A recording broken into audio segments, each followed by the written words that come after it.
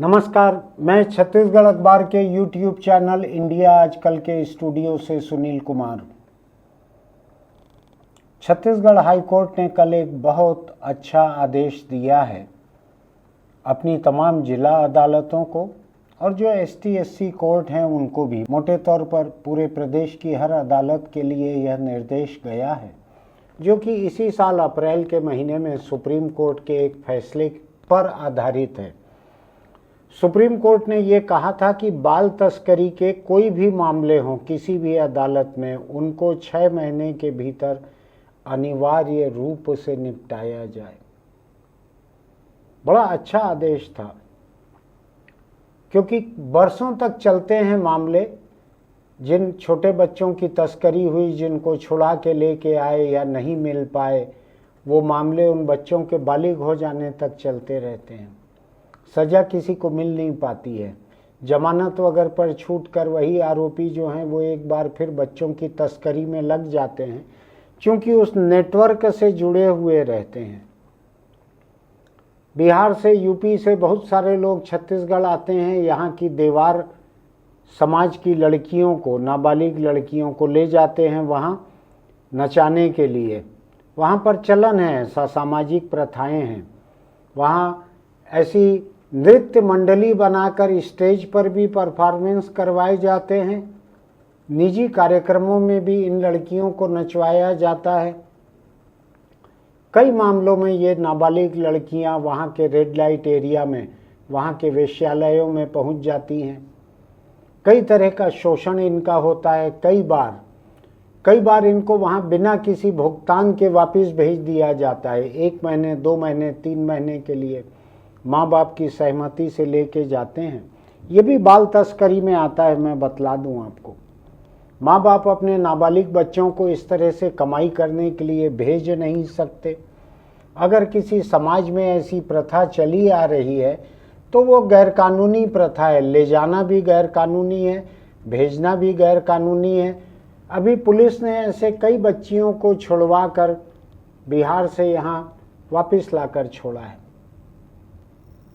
तो हाईकोर्ट ने जो कहा है कि बाल तस्करी से संबंधित, इसमें नाबालिग बच्चे जितने भी रहते हैं, अगर उनको कोई ऐसा बाहर ले गए हैं, चुरा के ले गए हैं, उठा के ले गए हैं, खरीद के ले गए हैं, भाड़े पे ले गए हैं, भीख मंगवाने ले गए हैं, वेश्यावृत्ति के लिए ले गए हैं, घरेलू कामकाज के लिए ले गए हैं।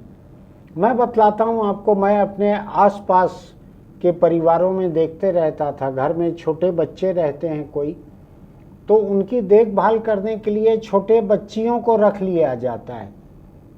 वो बच्चियां उनको अच्छे से गोद में खिलाती हैं, खाना खिला देती हैं, कपड़े बदलवा देती हैं, नहला देती हैं। ऐसा अभी तक चलता था, अभी भी चल रहा है।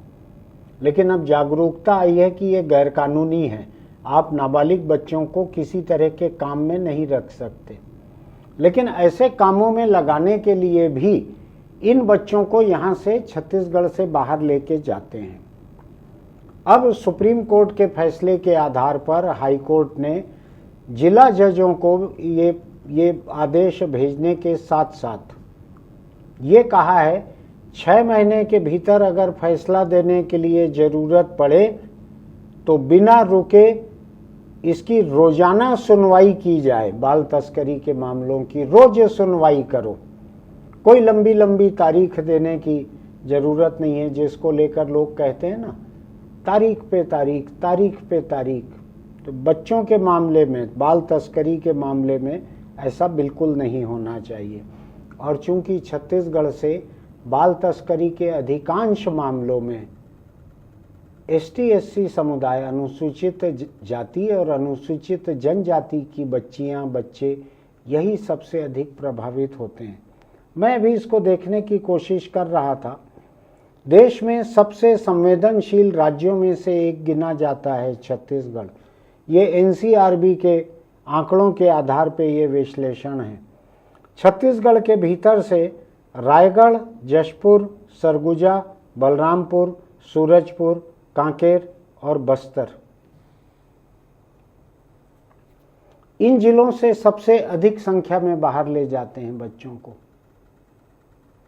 आंकड़े जो हैं 3 साल में 900 से ज़्यादा बालक बालिकाओं को ले जाया गया है राज्य के बाहर, यानी तकरीबन हर दिन एक बच्चे की यहाँ से तस्करी हो रही है। राज्य के बाहर हर दिन एक बच्चे की तस्करी हो रही है। कहीं घरेलू काम के नाम पे ले जाते हैं, कहीं होटल रेस्टोरेंट में काम के नाम पर, कहीं नाचने के नाम पर। और जो भेजते हैं माँ बाप उनकी मर्जी से भी जाते हैं, तो उनको मालूम रहता है कि वहाँ बच्चियों का शोषण होगा। कुछ जातियों में ऐसी प्रथा है नाचने वगैरह की, वो इसको रोजी रोटी का एक जरिया मानते हैं। वो इन बच्चियों को मानते हैं कि ये काम से लग गई हैं। केवल यही नहीं है, राजस्थान, मध्य प्रदेश, छत्तीसगढ़, इनमें कुछ एक जातियां ऐसी हैं जो परंपरागत रूप से सामाजिक नाचने गाने का काम करती हैं।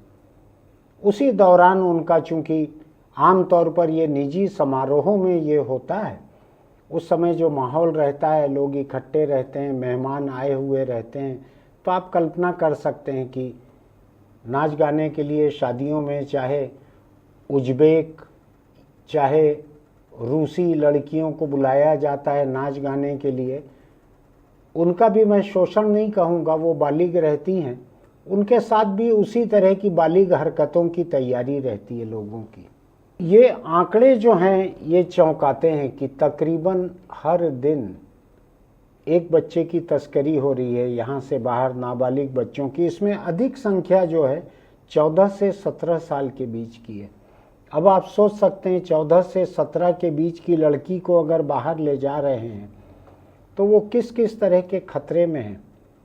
अपने खुद के घर में वो रिश्तेदारों से, पड़ोसियों से, मोहल्ले के लड़कों से, किसी से तो महफूज नहीं है, किसी से सुरक्षित नहीं है। वो यूपी बिहार जाके डांस करेगी तो वो क्या सुरक्षित रहेगी, आप इसका अंदाज लगा सकते हैं। तो मुख्य न्यायाधीश और उनके साथ एक और जज की बेंच ने कल एक PIL जनहित याचिका की सुनवाई के दौरान कहा कि बच्चों की तस्करी न केवल कानून का उल्लंघन है बल्कि समाज की आत्मा पर चोट है। अच्छा कहा है जज साहब ने, अच्छा कहा है। उन्होंने कहा है इन मामलों में लंबी सुनवाई का सीधा असर पीड़ित बच्चों के मानसिक और सामाजिक पुनर्वास पर पड़ता है। जो मैं आपसे कह रहा था कि मुजरिम को सजा नहीं मिलती है, बालिग हो जाते हैं और वो मुजरिम इसी धंधे में लगे रहते हैं। तो जजों ने कहा है इसलिए हर जिला न्यायालय इस बात की गारंटी करे कि तस्करी से जुड़े मामलों को रोजाना लिया जाए और बिना अनावश्यक देरी के इसको पूरा किया जाए। और राज्य सरकार, पुलिस मुख्यालय और महिला बाल विकास को डायरेक्शन दिया है हाईकोर्ट ने कि जितने मामले पेंडिंग हैं, क्योंकि इनमें मुकदमा चलाती सरकार ही है बाल तस्करों के खिलाफ, तो सरकार के पास जानकारी है अपने वकीलों के माध्यम से। तो हाईकोर्ट ने कहा 30 दिन में सारे मामलों की जानकारी दो कि कितने मामले पेंडिंग हैं। हाईकोर्ट ने इस मामले की सुनवाई के दौरान, कल की ही बात है, ये कहा है कि बाल तस्करी का नेटवर्क गांवों तक फैला है। पंचायत और आंगनबाड़ी स्तर पर निगरानी तंत्र मजबूत करना राज्य सरकार की जिम्मेदारी है और जिला न्यायालय भी हर 3 महीने में हाईकोर्ट की जो मॉनिटरिंग सेल है उसको जानकारी भेजें कि मामले कहां तक पहुंचे हैं। मैं इन जिलों के नाम जब देख रहा था ढूंढने के बाद, तो एक बात मुझको समझ में आई, आप भी ध्यान रखिएगा अगर छत्तीसगढ़ से वाकिफ हैं तो। रायगढ़, जशपुर, सरगुजा, बलरामपुर, सूरजपुर, कांकेर और बस्तर, इसमें 2 जिले कांकेर और बस्तर आदिवासी बस्तर के हैं। बस्तर पूरा ही आदिवासी इलाका है, वहाँ के हैं। और दूसरी तरफ 3 और 3 6 जिले इसमें सरगुजा और रायगढ़ इस इलाके के हैं। ये भी आदिवासी इलाका है पूरा। बहुत सारी सीटें यहाँ पे चुनाव लड़ने की आरक्षित सीटें हैं।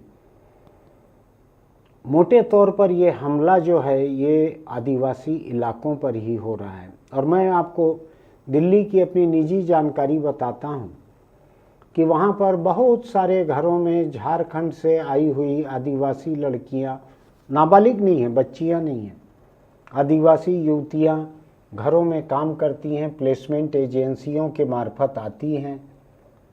वहीं घरों में 24 घंटे उनको रहना पड़ता है, उनका तरह तरह का शोषण होता है और उनमें से कुछ लड़कियों को तरह तरह के शोषण के बाद देह के धंधे में धकेल दिया जाता है।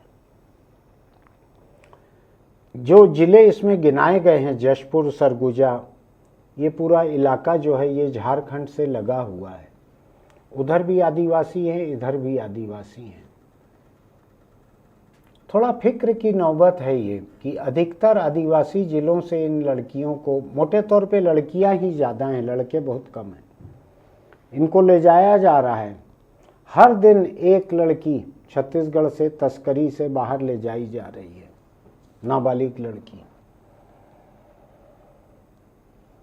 कैसे सरकार इसको काबू करे, कैसे प्रशासन और पुलिस इस पे निगरानी रखे, ह्यूमन ट्रैफिकिंग, बाल तस्करी के इस रैकेट को कैसे तोड़ा जाए, कैसे इन बाल तस्करों के पूरे रैकेट को उजागर किया जाए और इससे जितने लोग जुड़े हुए हैं देश भर में उनको सबको पकड़ा जाए।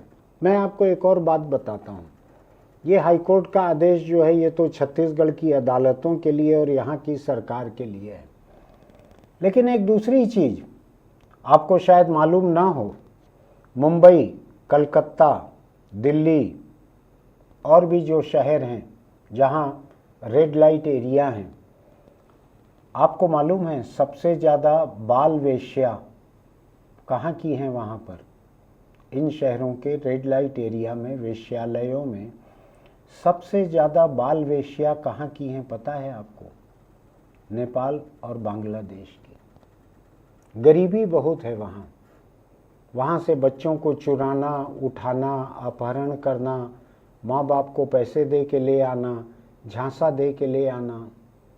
नाबालिग छोटी छोटी 10-12 साल की लड़कियाँ बांग्लादेश से और नेपाल से लाई जाती हैं और हिंदुस्तान के वेश्यालयों में उनको धंधे पर लगा दिया जाता है। मैं एक देश के रूप में सोचता हूँ, हिंदुस्तान के एक नागरिक के रूप में सोचता हूँ, क्या सचमुच देश की इस हालत पर मुझको इस देश पर गर्व करने का कोई हक है? जहां नाबालिग लड़कियों को बड़ी संख्या में, जब छापा पड़ता है दिल्ली के, मुंबई के, कलकत्ता के रेड लाइट एरिया पर जब छापा पड़ता है, नाबालिग लड़कियां बरामद होती हैं वहां से।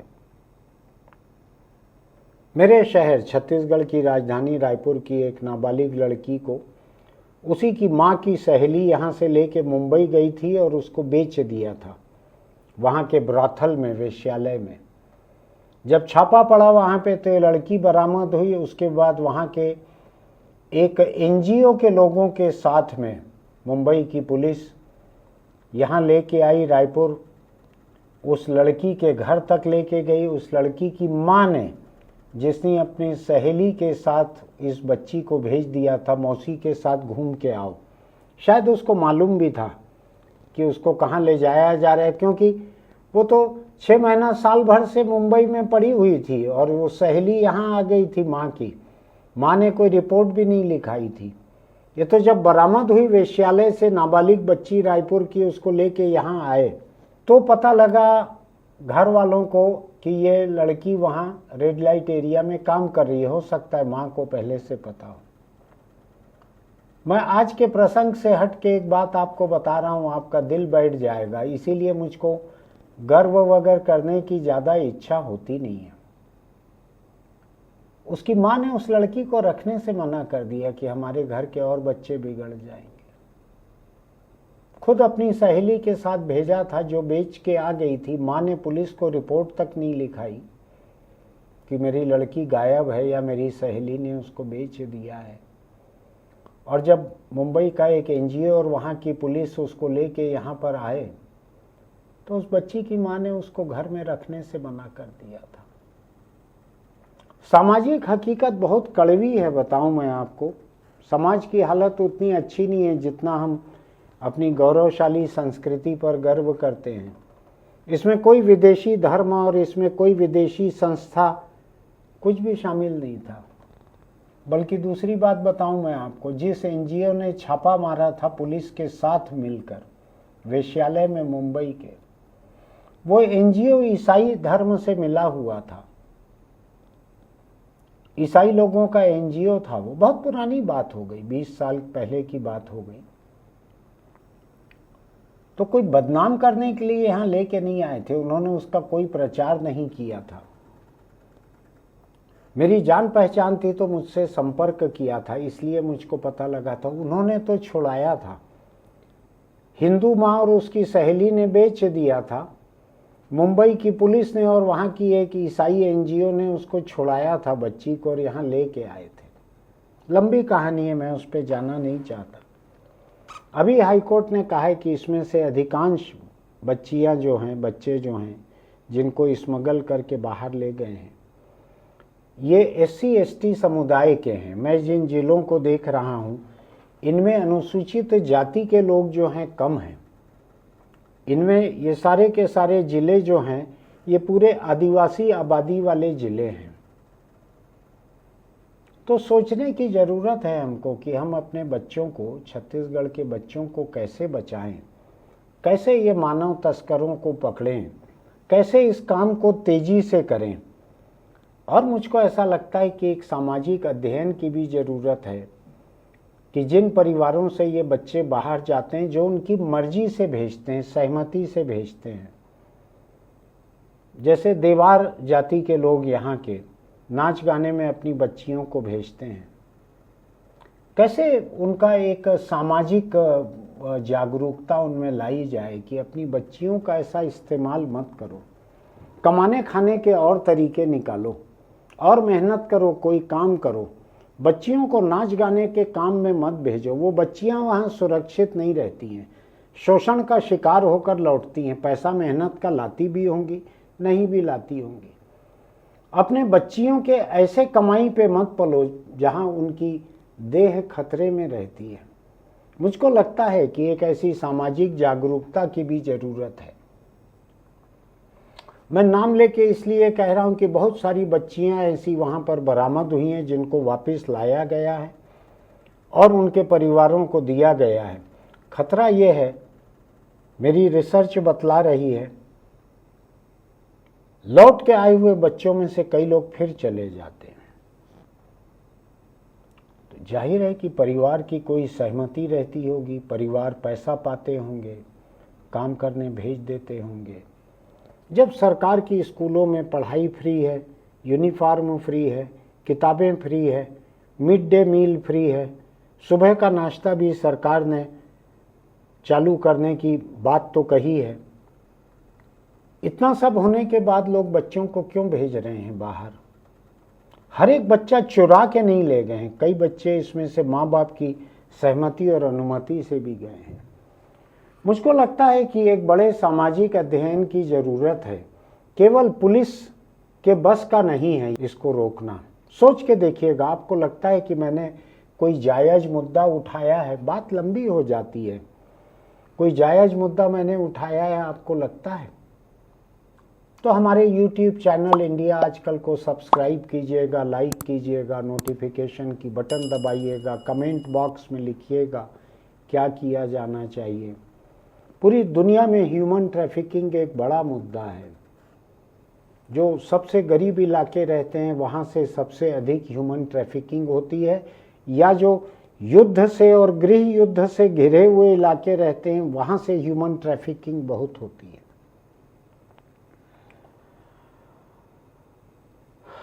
आप इसको अपने जान पहचान के लोगों को इसका लिंक भेजिएगा। हो सकता है इस जागरूकता के बाद वो अपने आसपास के किसी बच्चे की तस्करी को, बिकने को रोक पाएं, कोशिश करें, जागरूकता फैलाएं कम से कम आसपास। फिर मिलेंगे। चलते चलते एक छोटी सी बात, अगर आप दोपहिया चलाते हुए या उस पर बैठे हुए हेलमेट नहीं लगाते हैं तो अपनी ज़िंदगी को बहुत बुरे खतरे में डालते हैं। एक भी सुबह ऐसी नहीं होती मेरी जिस समय मैं सुबह के खबर देखूं अखबारों में और 2-4 लोग मुझको बिना हेलमेट के दोपहियों की टक्कर में एक्सीडेंट में मरे हुए न दिखे।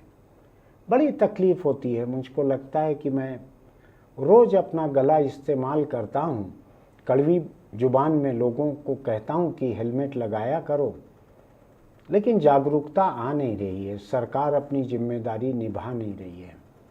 ना निभाए सरकार, सिर सरकार का थोड़ी है। सरकार के जो सिर हैं वो सायरन वाली बड़ी बड़ी गाड़ियों में चलते हैं, वो सुरक्षित रहते हैं। आप तो अगर दोपहिए पर चलते हैं तो आप गरीब या अधिक से अधिक मध्यम वर्ग के होंगे। अपने सिर को बचा कर रखिए। आपका सिर जो है, सरकार भले उसको महत्वपूर्ण न माने, लेकिन आपका सिर जो है आपके परिवार के लिए बड़ा महत्वपूर्ण है। बच के रहिए। फिर मिलेंगे।